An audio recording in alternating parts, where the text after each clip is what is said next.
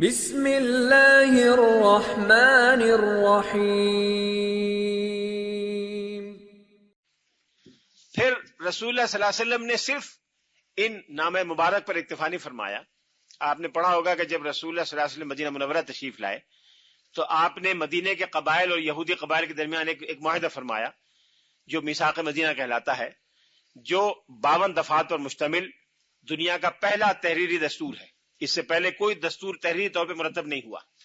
دنیا کی کسی قوم میں مثال نہیں ملتی کسی ریٹن کوڈیفائڈ کانسٹیٹیوشنل لا کی۔ یہ پہلی مثال ہے۔ یہ حضور نے لکھوایا، لوگوں کے پاس موجود رہا۔ آج اس کا متن کتب حدیث میں موجود ہے۔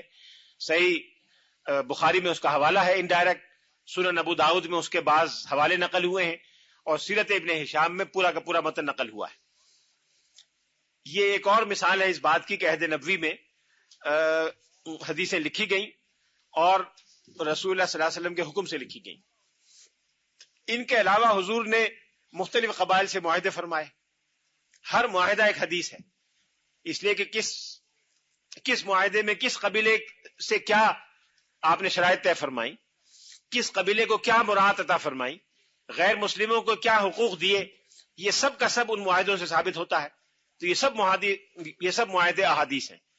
اس طرح کے رسول اللہ صلی اللہ علیہ وسلم نے جو معاہدے فرمائے ان کی تعداد کم و بیش 400 ساڑھے 400 کے قریب ہے۔ ان میں سے بیشتر معاہدے موجود ہیں، اور مکاتب نبوی اور وثائق نبوی پر الگ سے کتابیں ہیں درجنوں کی تعداد میں، جو صدر اسلام سے لکھی جا رہی ہیں اور آج تک لکھی جا رہی ہیں۔ لوگ اس پر کام کر رہے ہیں۔ اس لیے ان مثالوں کے بعد یہ کہنا کہ رسول اللہ صلی اللہ علیہ وسلم نے حدیث لکھنے کی ممانعت کی تھی، یہ فضول و بے بنیاد بات ہے۔ لیکن ایک سوال پھر بھی پیدا ہوتا ہے کہ یہ جو ممانعت کی احادیث جو آئی ہیں ان کا کیا مفہوم ہے؟ ان کے 3 مختلف مفاہیم ہیں۔ سب سے پہلے تو رسول اللہ صلی اللہ علیہ وسلم نے ممانعت فرمائی اسلام کے بالکل آغاز کے دور میں۔ اسلام کے شروع دور میں جب حضور ایسے ماحول میں تھے جہاں لکھنے والے بہت تھوڑے تھے۔ مکہ مکرمہ میں سارے لکھنے والے آغاز اسلام میں 17 آدمی تھے، جیسا کہ بلازوری نے لکھا ہے۔ مدینہ منورہ میں جب رسول اللہ صلی اللہ علیہ وسلم ہجرت کر کے آئے تو 12-13 آدمی لکھنا جانتے تھے، باقی کوئی لکھنا نہیں جانتا تھا۔ ان لکھنے والوں میں سے جن لوگوں نے اسلام قبول کیا وہ تعداد میں اور بھی تھوڑے تھے، سب نے تو نہیں کیا۔ مثلا ابو جہل لکھنا جانتا تھا، اس نے اسلام قبول نہیں کیا۔ ابو لہب لکھنا جانتا تھا، اس نے اسلام قبول نہیں کیا۔ عبداللہ ابن ابی لکھنا جانتا تھا، اس نے اسلام قبول نہیں کیا۔ اس لیے اسلام قبول کرنے والوں میں جو لکھنا جانتے تھے ان کی تعداد اور بھی کم تھی، اور رسول اللہ صلی اللہ علیہ وسلم انہی سے قرآن پاک لکھوانے کا کام لیا کرتے تھے۔ تو اگر شروع میں یہ قرآن پاک اور احادیث دونوں چیزیں لکھا کرتے تو اس بات کا بڑا امکان تھا کہ قرآن اور احادیث کے مضامین آپس میں مخلوط ہو جائیں، اور کسی کو آگے چل کے یہ شبہ پیدا ہو جائے کہ یہ قرآن پاک کی آیت ہے کہ حدیث ہے۔ مثلا حضرت عمر فاروق لکھنا جانتے تھے، تو اگر رسول اللہ صلی اللہ علیہ وسلم شروع میں حضرت عمر فاروق کو اس کی اجازت دیتے کہ قرآن پاک بھی لکھیں، ایک کاغذ کے سرے پر قرآن پاک لکھیں۔ قرآن پاک تھوڑا تھوڑا نازل ہو رہا تھا، کسی ایک چیز پر قرآن پاک کی آیت ہے، ایک اور کاغذ پر حضرت عمر کے دست مبارک سے کوئی حدیث لکھی ہوئی ہے، اور یہ ذخیرہ حضرت عمر فاروق کے خاندان میں چلا آ رہا ہے، تو 100 سال کے بعد 50 سال کے بعد اس کا امکان تھا کہ یہ دونوں کاغذ کسی ایسے آدمی کو ملیں جو قرآن کا حافظ نہیں ہے، وہ حدیث والے کو بھی قرآن کا حصہ سمجھ لے۔ اس کا امکان تو موجود تھا۔ اس لیے رسول اللہ صلی اللہ علیہ وسلم نے شروع میں قرآن پاک کے علاوہ کوئی چیز لکھنے کی ممانعت فرمائی۔ پھر دوسری وجہ یہ بھی ہے کہ رسول اللہ صلی اللہ علیہ وسلم صحابہ کی تربیت یہ فرما رہے تھے کہ جو حضور کا کرتا ہوا دیکھیں اس پر عمل درآمد شروع کر دیں خود بخود، بجائے سفینے میں لکھنے کے اس کو سینوں میں اتار لیں، بجائے تحریری ذخیرہ مرتب کرنے کے اس پر عمل شروع کر دیں تاکہ وہ عمل کے ذریعے محفوظ ہو جائے۔ قرآن پاک الفاظ کے ذریعے محفوظ رہے، سنت آپ کے عمل کے ذریعے محفوظ بن جائے، اور لوگوں کے رگ و پے میں سما جائے، لوگوں کے طرز عمل کا اور شب و روز کی نشست و برخاست کا حصہ بن جائے۔ اس لیے شروع میں رسول اللہ صلی اللہ علیہ وسلم نے اس کی ممانعت فرمائی۔ اچھا، اس کے بعد دوسری ممانعت آپ نے فرمائی کاتبان وحی کے لیے۔ جو لوگ خاص کاتبین وحی تھے ان کو کہا کہ وہ وحی قرآن پاک کے علاوہ کوئی اور چیز نہ لکھیں، اس لیے کہ اگر کاتبان وحی کوئی اور چیز لکھیں گے تو ان کے بارے میں التباس کا زیادہ امکان ہے۔ دوسرے حضرات لکھیں، مثلا ابو شاہ کے پاس لکھی ہوئی چیز موجود تھی، ابو شاہ کاتبان وحی میں سے نہیں تھے، اس لیے ابو شاہ کے ذخیرے میں کوئی چیز نکلے اس میں یہ غلط فہمی نہیں پیدا ہو سکتی تھی کہ یہ قرآن پاک کی آیت ہے کہ نہیں ہے، 1/100000 بھی اس کا امکان نہیں تھا۔ لیکن اگر مثلا حضرت زید بن ثابت کے پاس ہوتی کوئی چیز تو اس کا امکان تھا، اس لیے حضور نے کاتبان وحی کو منع فرمایا۔ تیسری چیز جو بڑی اہم ہے وہ یاد رکھیں کہ حضور نے فرمایا تھا کہ جس نے قرآن کے علاوہ کوئی چیز لکھی ہے فَلْيَمْحُهُ، وہ مٹا دے۔ بعض صحابہ یہ کرتے تھے کہ، اور ایک مرتبہ حضور نے دیکھا کہ وہ ایسا کر رہے تھے کہ قرآن پاک کا جو ان کا اپنا نسخہ تھا اس میں کوئی تفسیری چیز ہو تو وہ حاشیے پر لکھ رہے تھے یا اسی کاغذ پر جگہ چھوٹی تو لکھ رہے تھے، تو آپ نے فرمایا کہ قرآن کے علاوہ کوئی چیز لکھی ہے تو مٹا دو، اس لیے کہ اگر ایک ہی کاغذ پہ دونوں چیزیں ہوں گی تو بڑا کنفیوژن آگے چل کے پیدا ہو سکتا ہے، اس لیے آپ نے مٹانے کا حکم دیا، ضائع کرنے کا حکم نہیں دیا، اس لیے کہ قرآن پاک کا لکھا ہوا حصہ ہوتا تو آپ نے ضائع کرنے کا حکم نہ دیتے، اس لیے آپ نے ضائع کرنے کا حکم نہیں دیا۔ یہ وہ چیز ہے جس کے بارے میں لوگ جان بوجھ کر یا غلط فہمی سے یہ شبہ پیدا کرتے ہیں کہ حضور نے لکھنے کی ممانعت فرمائی تھی۔ لکھنے کی ممانعت بہت آغاز کے سالوں میں تھی، کاتبین وحی کے لیے تھی، اور قرآن پاک جن چیزوں پر لکھا ہوا تھا ان چیزوں پہ لکھنے کی تھی۔ اس کے علاوہ حضور نے خود اجازت دی، آپ کی محفل میں احادیث لکھی گئیں، آپ کی اجازت سے لکھی گئیں، آپ نے خود لکھوا کر لوگوں کو دی، بہت سی دستاویزات اور وثائق آپ نے تیار کروائے جو آج کتب حدیث میں موجود ہیں، اور ان سے احکام اسی طرح نکلتے ہیں جیسے سنت کے باقی چیزوں سے احکام نکلتے ہیں۔ یہ طریقہ صحابہ کرام کے زمانے میں بھی جاری رہا۔ حضرت انس بن مالک رضی اللہ تعالیٰ عنہ جو مشہور صحابی ہیں، ان کو حضرت ابوبکر صدیق نے کسی ذمہ داری پر بھیجا، صدقے اور زکوٰۃ کی وصولیابی کے لیے محصل بنا کے بھیجا، تو مسند امام احمد کی روایت ہے کہ کتب ابو بکر لانس بن مالک فرائض الصدقہ التي سنها رسول اللہ صلی اللہ علیہ وسلم، کہ حضرت ابوبکر صدیق نے حضرت انس بن مالک کو وہ تمام احکام جو زکوٰۃ کے بارے میں ہیں اور حضور صلی اللہ علیہ وسلم کی سنت سے ثابت ہیں وہ سب لکھ کر دیے۔ یہ کلیئرلی حضرت ابوبکر صدیق کی طرف سے حدیث کو تحریری طور پر مرتب کرنے کا ایک نمونہ ہے۔ ایک صحابی دوسرے صحابی کو لکھ کر دے رہے ہیں۔ مسند امام احمد ہی کی دوسری روایت ہے کہ کتب عمر لعقبہ ابن فرقد بعض السنن، کہ عتبہ ابن فرقد ایک تابعی ہیں، ان کو حضرت عمر نے بعض سنتیں لکھ کر دیں۔ دوسرے صحابی کی طرف سے، خلیفہ راشد کی طرف سے سنت کو تحریری طور پر مرتب کرنے کی ایک مثال ہے۔ حضرت علی سے کسی نے پوچھا، حضرت علی کے زمانے خلافت میں مشہور تھا نا، بعض لوگوں نے مشہور کر دیا کہ حضرت علی رضی اللہ تعالیٰ عنہ کو کوئی خاص قسم کا علم حضور نے دیا تھا جو باقی صحابہ کو نہیں دیا تھا۔ یہ بات حضرت علی کے زندگی میں لوگوں نے پھیلا دی تھی، حالانکہ رسول اللہ صلی اللہ علیہ وسلم کو تو حکم ہے کہ بلغ ما انزل الیک، یا ایھا الرسول بلغ ما انزل الیک، جو تم میں نازل کیا گیا ہے لوگوں تک پہنچا دو۔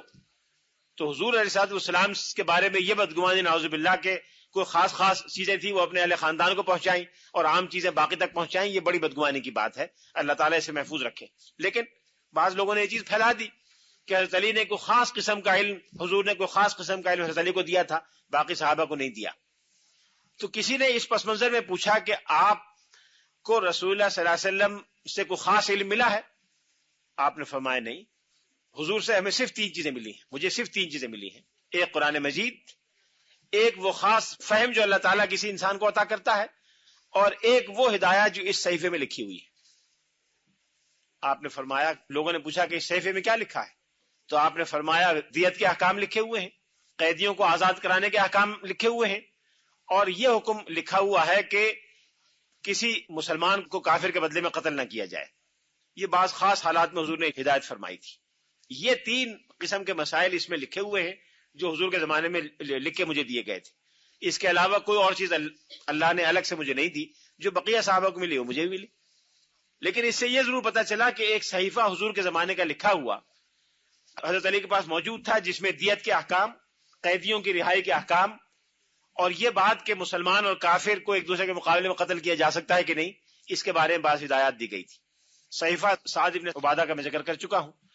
حضرت عبداللہ بن اوفا ایک صحابی تھے جو سب سے آخر میں انتقال کرنے والے چند صحابہ میں سے ہیں، جن کا انتقال مجھے صحیح سن یاد نہیں رہا، لیکن سن 90 ہجری کے آس پاس ہوا، 90 ہجری کے آس پاس کا انتقال ہوا، چند آخری صحابہ میں سے ہیں۔ ان کے پاس ایک صحیفہ یعنی احادیث کا مجموعہ لکھا ہوا موجود تھا، جس میں سے وہ روایت کیا کرتے تھے۔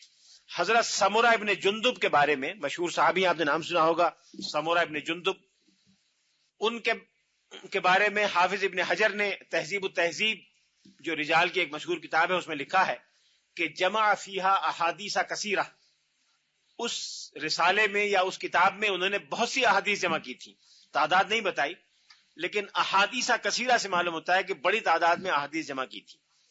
حضرت ابو رافع رضی اللہ تعالیٰ عنہ رسول اللہ صلی اللہ علیہ وسلم کے آزاد کردہ غلام تھے اور آپ کے ساتھ بہت طویل عرصہ رہے۔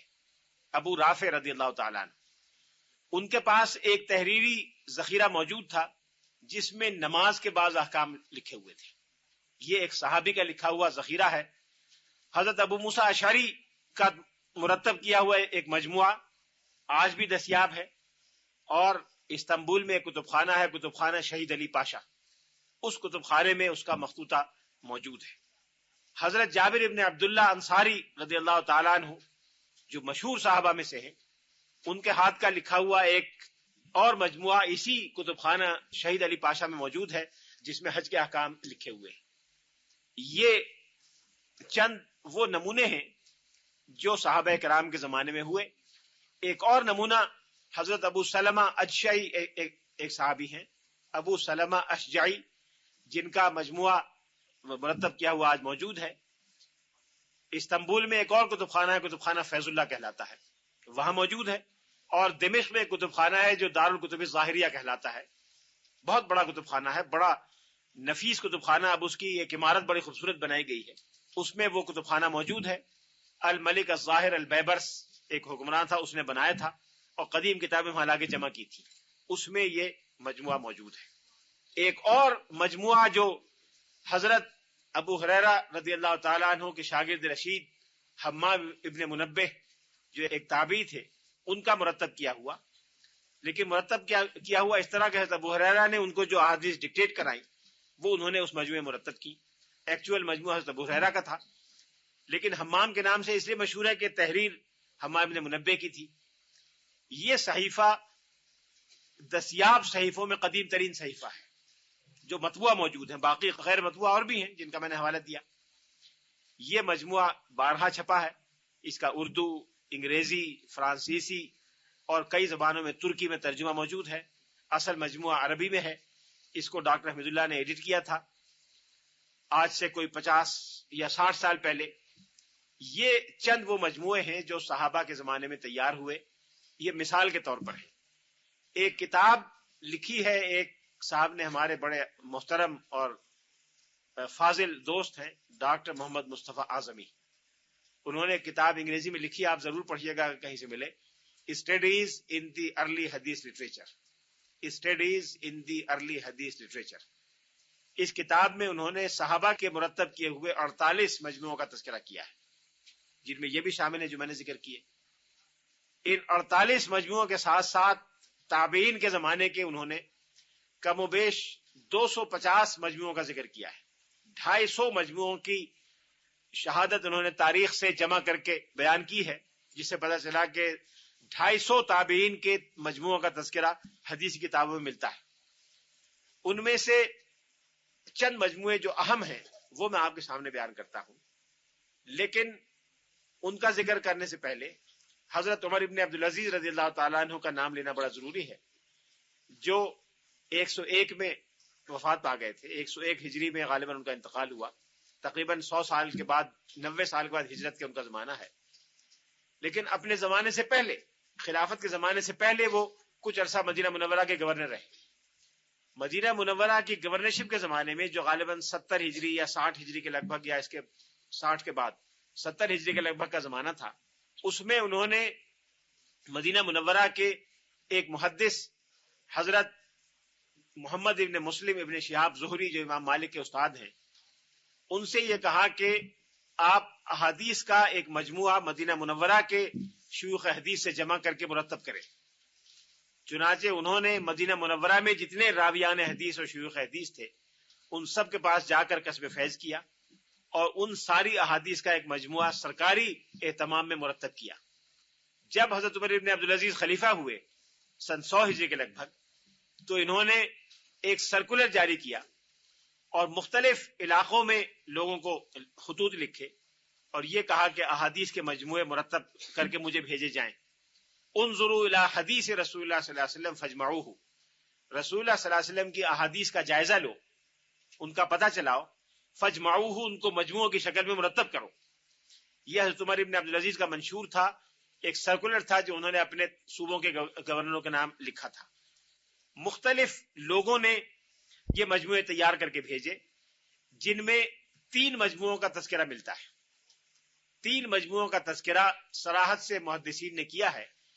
ایک قاضی تھے ابو بکر محمد ابن عمرو ابن حزم، انہوں نے ایک مجموعہ مرتب کیا تھا جو آج بھی موجود ہے اور کتب حدیث میں جا بجا اس کے حوالے ملتے ہیں، اور بعض محدثین نے اس کو یکجا بھی بیان کیا ہے۔ ایک مجموعہ تو یہ ہے۔ ایک مجموعہ ایک خاتون تھی مدینہ منورہ میں جو اپنے زمانے کی بہت بڑی محدثہ تھی، حضرت عمرہ بنت عبد الرحمن الانصاریہ، انصار سے تعلق تھا، بڑے بڑے محدثین اور تابعین ان کی خدمت میں جا کر حدیث پڑھا کرتے تھے اور کسب فیض کیا کرتے تھے۔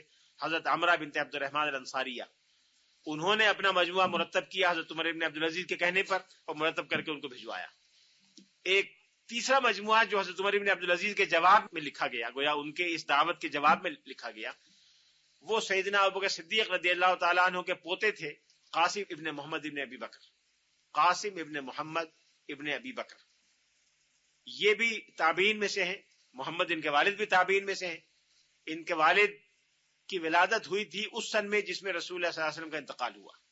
جب حضرت ابوبکر صدیق کا انتقال ہوا تو یہ 2 سال کے تھے، اس لیے ان کا شمار صحابہ میں نہیں ہو سکتا، ان کا شمار تابعین میں ہوتا ہے۔ ان کے بیٹے بھی تابعی تھے، قاسم ابن محمد۔ آپ نے مدینے کے فقہاء 7 کا نام سنا ہوگا، مدینہ منورہ میں 7 فقہاء بڑے مشہور تھے جن کو فقہاء 7 کہا جاتا ہے، ان میں سے ایک قاسم ابن محمد بھی ہے۔ یہ گویا سرکاری طور پر 3 بڑے اہم مجموعے 3 بڑے محدثین کی طرف سے تیار کیے گئے۔ ان کے علاوہ حضرت ابن شہاب زہری نے، امام زہری نے بھی ایک مجموعہ مرتب کیا اور اس کو لے کر حضرت عمر ابن عبدالعزیز کے پاس آئے، وقدمہ الی عمر ابن عبدالعزیز۔ عمر ابن عبدالعزیز نے وہ مجموعہ دیکھا، انتہائی جامع مجموعہ تھا۔ امام زہری بہت صف اول کے محدثین میں ہیں، بہت سے محدثین ان کے شاگرد ہیں، امام مالک جیسے محدث کا تعلق ان کے تلامذہ سے ہے۔ ان کا مجموعہ بہت جامع قسم کا مجموعہ تھا۔ حضرت عمر ابن عبدالعزیز نے بعث الی کل ارض دفتر من دفاترہ، ہر علاقے میں اس کا ایک نسخہ یا اس کی ایک نقل تیار کرا کے بھیجی تاکہ لوگوں کے پاس یہ مجموعے مرتب ہو جائیں۔ یہ مجموعے صحابہ کرام کے بعد تابعین کے دور میں مرتب ہوئے۔ تبع تابعین کے دور میں اور تابعین کے صغار تابعین کے دور میں کتنے مجموعے ہوئے، ان کی تعداد بیان کرنا بڑا دشوار ہے۔ ڈاکٹر مصطفیٰ اعظمی نے 250 کا پتہ چلایا ہے اور وقتاً فوقتاً لوگ اس کا پتہ چلاتے رہتے ہیں۔ 2-3 کی مثالیں میں دینے پر اکتفا کرتا ہوں۔ محمد ابن اسحاق جن کا تعلق صغار تابعین میں ہے، جن کا تعلق تبع تابعین میں ہے، تبع تابعین کی بڑی نسل میں ہے، اور صغار تابعین میں بھی بعض لوگوں نے ان کو شمار کیا ہے، ان کا مجموعہ آج مطبوعہ موجود ہے۔ انہوں نے ان احادیث کو جمع کیا جن کا تعلق سیرت سے، رسول اللہ صلی اللہ علیہ وسلم کے غزوات سے اور رسول اللہ صلی اللہ علیہ وسلم کی ذات گرامی سے ہے۔ وہ ساری احادیث محمد ابن اسحاق کے مجموعے میں آج موجود ہیں، مطبوعہ ہیں، اردو اور انگریزی دونوں زبانوں میں ان کا ترجمہ بھی دستیاب ہے۔ ایک اور تابعی تھے حضرت معمر ابن راشد۔ معمر ابن راشد یمن کے ایک بڑے محدث تھے۔ انہوں نے ایک کتاب الجامع المسند کے نام سے لکھی تھی۔ الجامع اس لیے کہ اس میں حدیث کے 8 ابواب کا تذکرہ تھا، المسند اس لیے کہ وہ صحابہ کی ترتیب پر تھی۔ انہوں نے اس کتاب کو 10 جلدوں میں مرتب کیا تھا۔ اس کی آخری 5 جلدیں آج بھی مخطوطے کی شکل میں ترکی میں کتب خانے میں موجود ہیں۔ معمر ابن راشد کا تعلق تابعین سے ہے، صغار تابعین کے متوسط دور سے ہے۔ معمر ابن راشد کے شاگرد تھے براہ راست عبد الرزاق ابن حمام۔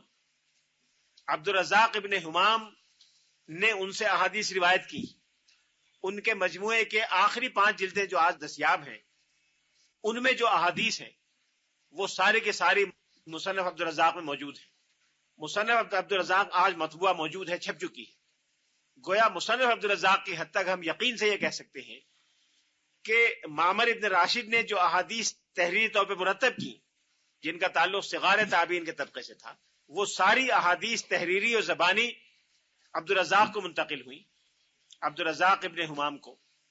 عبدالرزاق بڑے محدثین کے اساتذہ ہیں، امام بخاری کے بھی استاد ہیں، امام مسلم کے بھی استاد ہیں، اور اس زمانے کے بہت سے محدثین کے بشمول امام احمد بن حنبل، ان سب کے وہ اساتذہ میں شامل ہیں۔ ان کو جو احادیث ملی وہ عبدالرزاق کے ذریعے ملی، ان میں وہ احادیث بھی شامل ہیں جو معمر ابن راشد کے اس میں شامل تھی۔ صحیح بخاری جو تیسری صدی ہجری میں جس کے بارے میں کہا جاتا ہے کہ لکھی گئی، صحیح بخاری کی ان روایات کو جمع کیا ایک بزرگ نے، آج کل جرمنی میں رہتے ہیں، بہت فاضل انسان ہیں، 20ویں صدی کے غالباً 21ویں صدی کے جو اس وقت فاضل ترین اہل علم ہیں۔ اگر مجھ سے کہا جائے کہ 3 فاضل ترین شخصیتوں کے نام بتاؤ تو میں سب سے پہلے ان کا نام بتاؤں گا، ڈاکٹر فؤاد سیزگن۔ انہوں نے 20 جلدوں میں ایک کتاب لکھی ہے، اور ہر جلد اتنی موٹی ہے، جرمن زبان میں لکھی ہے، جس میں انہوں نے صدر اسلام پہلی 4 صدیوں میں تمام اسلامی علوم و فنون کی تاریخ بیان کی ہے، قرآن، حدیث، تفسیر، فقہ، کلام، تصوف، عربی ادب، ہر فن کی تاریخ بتائی ہے، اور اس سے زیادہ جامع کتاب اس موضوع پہ کوئی نہیں۔ فؤاد سیزگن کی کتاب جرمن زبان میں ہے، اس میں انہوں نے ایک پوری والیوم، 4تھی والیوم حدیث پر ہے، حدیث کی تاریخ پر جتنا مواد اس کتاب میں ہے کسی اور کتاب میں نہیں، یا کم کتابوں میں ہے۔ اس میں انہوں نے، ان کا پی ایچ ڈی کا تھیسس تھا ان کا، ڈاکٹر فؤاد سیزگن کا، کہ صحیح بخاری کے ماخذ کیا تھے۔ انہوں نے اس میں اور بہت سی مثالیں دی، اس میں عبدالرزاق کا بھی حوالہ دیا۔ انہوں نے کہا کہ امام بخاری کی وہ روایات جو عبدالرزاق سے امام بخاری نے لی ہیں، وہ ساری کی ساری عبدالرزاق کی مصنف میں موجود ہیں، اور مصنف عبدالرزاق میں وہ تمام احادیث جو معمر ابن راشد سے انہوں نے لی ہیں، وہ ساری کی ساری معمر کی جامع میں موجود ہیں۔ ایک ایک کر کے بتایا، بغیر کسی لفظ کے، حرف کے اختلاف کے، زبر زیر کا بھی فرق نہیں۔ لہٰذا یہ کہنا کہ یہ زبانی یادداشت پر چل رہا تھا، بالکل بے بنیاد بات ہے۔ انہوں نے پورے کتاب اتنی موٹی اس پر لکھی ہے، ترکی زبان میں، میں نے اصل کتاب نہیں پڑھی، لیکن اس کے خلاصے، اس کے، اور خود ان سے ملاقات کا موقع ملا ڈاکٹر فؤاد سیزگن سے، تو ان سے بھی یہ باتیں معلوم ہوئی۔ یہ چند مثالیں اس بات کی تردید کرنے کے لیے کافی ہیں کہ احادیث زبانی یادداشت پر چل رہی تھی، سنی سنائی باتیں تھی، اور 30ویں صدی کے محدثین نے اس کو جوں کا تو نقل کر دیا۔ حضرت عبداللہ ابن مبارک، جن کا تعلق تبع تابعین کے اونچے طبقے سے ہے، ان کی مطبوعہ کتابیں 2 آج موجود ہیں، ان کے اپنے دست مبارک کی مرتب کی ہوئی۔ ایک کتاب الزہد ہے جس میں زہد سے متعلق احادیث ہیں، اور ایک کتاب الجہاد ہے جس میں جہاد سے متعلق احادیث ہیں۔ امام مالک، جن کا تعلق کچھ روایات کے مطابق صغار تابعین سے ہے، اکثر روایات کے مطابق ان کا تعلق تبع تابعین کے بڑے طبقے سے ہے، اونچے طبقے سے ہے، ان کی کتاب موطا سے تو ہم سب واقف ہیں۔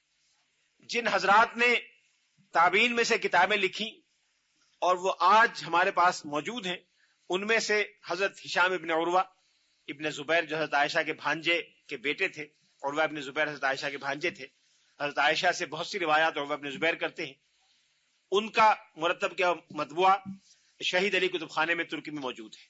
حضرت ابو بردہ، جن کا میں پہلے بھی ذکر کر چکا ہوں، حضرت ابو موسیٰ اشعری کے پوتے تھے، حضرت موسیٰ اشعری سے انہوں نے وہ مجموعہ ان کو ملا، بہت سی کتابیں ان کو ملی، اس کی بنیاد پہ وہ روایت کیا کرتے تھے، ان کا مجموعہ مرتب کیا ہو کتب خانہ ظاہریہ میں دمشق میں موجود ہے۔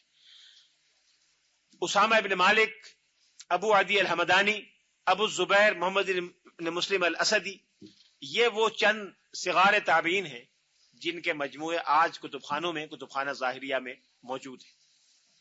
ان حضرات کے علاوہ تبع تابعین میں جو صغار تبع تابعین کا طبقہ تھا، یعنی مشہور محدثین سے پہلے کا طبقہ، ان کی کتابیں آج ہمارے پاس جو موجود ہیں، ان میں قدیم ترین کتابوں میں سے امام ابو داؤد طیالسی کی مسند بھی ہے، مسند ابو داؤد طیالسی۔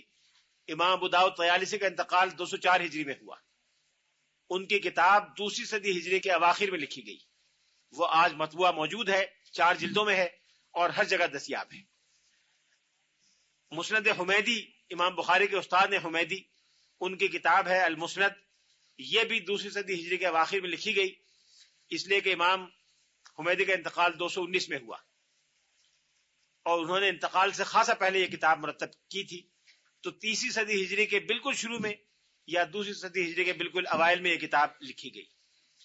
اسی طرح سے نعیم ابن حماد الخزاعی ہیں، جنہوں نے ایک کتاب الفتن کے نام سے مرتب کی تھی، اس میں فتن سے متعلق احادیث کو جمع کیا تھا، اس کا مخطوطہ برٹش میوزیم میں موجود ہے۔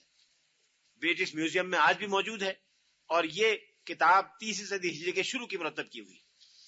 جو مجموعے آج دستیاب ہیں ان میں حضرت ابوبکر ابن ابی شیبہ جو مشہور محدثین میں سے ہیں، مشہور فقہاء میں سے ہیں، ان کی کتاب المصنف چھپی ہر جگہ موجود ہے، پاکستان میں بھی کئی بار چھپی ہے، عرب دنیا میں بھی چھپی ہے۔ ان کا انتقال 235 ہجری میں ہوا تھا، 30 صدی ہجری کے اوائل میں ان کی کتاب مرتب ہوئی اور المصنف کے نام سے آج موجود ہے۔ ایک اور محدث عبد ابن حمید ہیں جن کی مسند کا نسخہ فاس میں یعنی مراکش میں جامعہ قرویین میں موجود ہے، ان کا انتقال بھی 2 صدی ہجری کے نصف اول میں ہوا۔ خود امام دارمی جن کا میں پہلے حوالہ دے چکا ہوں، جن کی مسند مشہور ہے، ان کا تعلق بھی 2 صدی ہجری کے 30 صدی ہجری کے نصف اول میں ہوا ہے۔ یہ وہ مثالیں ہیں جو اس بات کی دلیل ہے کہ ہر دور میں علم حدیث کے مجموعے مرتب ہوتے رہے۔ صحابہ کے دور کی مثالیں آپ کے سامنے آ گئیں، تابعین کے پہلے دور کی آ گئی، تابعین کے درمیانی دور کی آ گئی، تابعین کے آخری دور کی آ گئی، تبع تابعین کے شروع دور کی آ گئی، تبع تابعین کے درمیانے دور کی آ گئی، تبع تابعین کے آخری دور کی مثالیں آ گئیں، اور تبع تابعین کے آخری دور کے فوراً بعد کی جو مثالیں ہیں وہ ان سیاستہ کے مصنفین کی ہیں، امام بخاری، امام مسلم اور بقیہ کی، جن کے بارے میں انشاءاللہ کل گفتگو ہوگی۔ بعض حضرات کہتے ہیں کہ حضرت فاطمہ سے کیوں احادیث بیان نہیں کی گئی؟ میں یہ بات پہلے بھی عرض کر چکا ہوں کہ احادیث کو بیان کرنے کا زیادہ موقع جب ملا جب صحابہ کرام ایک ایک کر کے دنیا سے اٹھتے جا رہے تھے۔ صحابہ کرام آپس میں بہت کم موقع ملتا تھا احادیث بیان کرنے کا، ضرورت نہیں پڑتی تھی۔ احادیث بیان کرنے کی زیادہ ضرورت جب پیش آئی، جب تابعین کی تعداد بڑھتی گئی اور صحابہ کی تعداد کم ہوتی گئی۔ حضرت فاطمہ الزہرا رضی اللہ تعالیٰ عنہ کا انتقال رسول اللہ صلی اللہ علیہ وسلم کے دنیا سے تشریف لے جانے کے 6 مہینے کے اندر اندر ہو گیا تھا، اور اس 6 مہینے میں انہوں نے جس پریشانی اور کرب میں اپنا وقت گزارا وہ سب کو معلوم ہے۔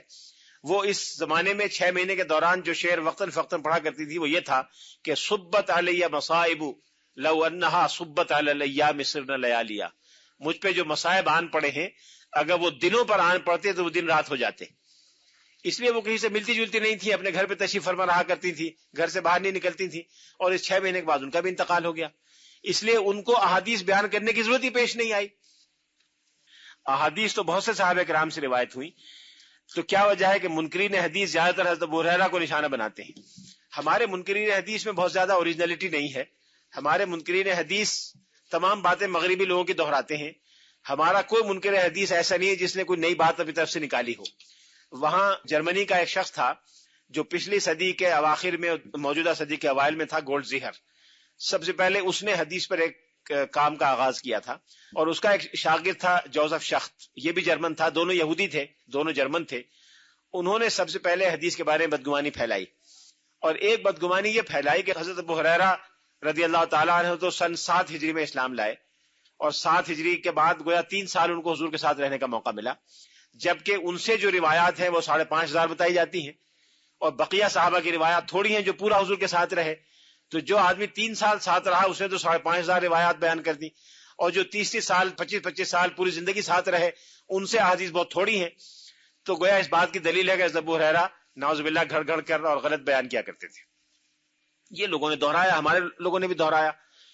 اس پر ایک ہمارے اور دوست ہیں، اللہ تعالیٰ ان کی عمر میں برکت دے، بہت عالم فاضل انسان ہیں اور علم حدیث پر انہوں نے بہت کام کیا ہے، وہ بھی اعظمی ہیں، لیکن ان کا نام ہے ضیاء الرحمن اعظمی۔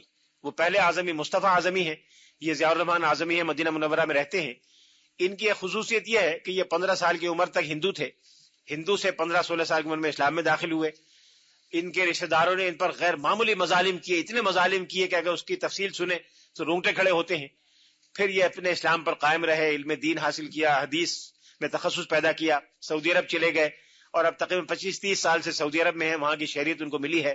مدینہ منورہ میں جامعہ اسلامیہ میں حدیث کے استاد ہیں، اور حدیث پر انہوں نے بہت سی کتابیں لکھی ہیں۔ انہوں نے علم حدیث پر جو کام کیے ان میں سے ایک یہ کام بھی کیا کہ حضرت ابو ہریرہ کی احادیث پر انہوں نے کام کیا۔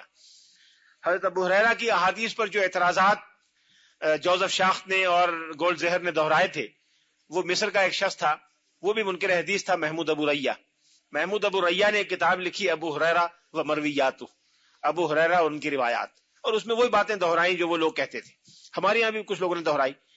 ڈاکٹر ضیاء الرحمن اعظمی نے کمپیوٹر کی مدد سے حضرت ابو ہریرہ کی ساری روایات کو جمع کیا، اس کے سارے طرق کو جمع کیا، اور یہ ثابت کیا کہ جو ٹوٹل متون ہیں وہ 1500 کے قریب ہیں، باقی سارے طرق ہیں۔ 1500 متون کا یاد رکھنا ایک ایسے آدمی کے لیے جو لکھتا بھی ہو 3 سال میں کوئی مشکل بات نہیں ہے۔ روزانہ ایک کا بھی اوسط نہیں پڑتا، ایک کا اوسط مشکل سے پڑھتا ہوگا، 2 کا پڑھتا ہوگا، 3 کا پڑھتا ہوگا، 5 کا پڑھتا ہوگا، تو ایک آدمی 3 4 5 حدیثیں تو روزانہ لکھ سکتا ہے، یاد کر سکتا ہے، اس میں کوئی ایسی بڑی بات نہیں۔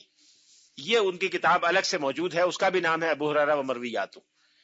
اس لیے حضرت ابو ہریرہ کے راستے سے چونکہ اعتراض کا موقع ملتا ہے، اس لیے حضرت ابو ہریرہ کو زیادہ کرتے ہیں۔ احادیث کے ضعف کے بھی درجے ہوتے ہیں، یقیناً ہوتے ہیں۔ میں نے عرض کیا تھا کہ ضعیف احادیث کی 42 قسمیں ہیں، 42 میں سے میں نے چند بیان کی تھی، ان سب کے الگ الگ درجے ہیں۔ ضعیف احادیث کو بالکل ریجیکٹ نہیں کیا جاتا، قبول کیا جاتا ہے بعض شرائط کے تحت، یہ ضعف پر دار و مدار ہے۔ بہت ضعیف کو قبول نہیں کیا جاتا، جو کم ضعف والی ہے تو دیکھا جاتا ہے کہ کیا دوسری ضعیف احادیث سے اس کی تائید ہوتی ہے۔ اگر دوسری ضعیف احادیث سے تائید ہوتی ہو تو بعض معاملات میں قبول کر لیا جاتا ہے، بعض معاملات میں نہیں کیا جاتا۔ احکام میں قبول نہیں کیا جاتا، عقائد میں قبول نہیں کیا جاتا، فضائل میں قبول کر لیا جاتا ہے۔ یہ محدثین کی بڑی تعداد کی رائے ہے۔ بعض لوگوں کی رائے ہے کہ اس پہ عمل نہیں کرنا چاہیے اور حضور سے منسوب نہیں کرنا چاہیے۔ وآخر دعوانا الحمدللہ رب العالمین۔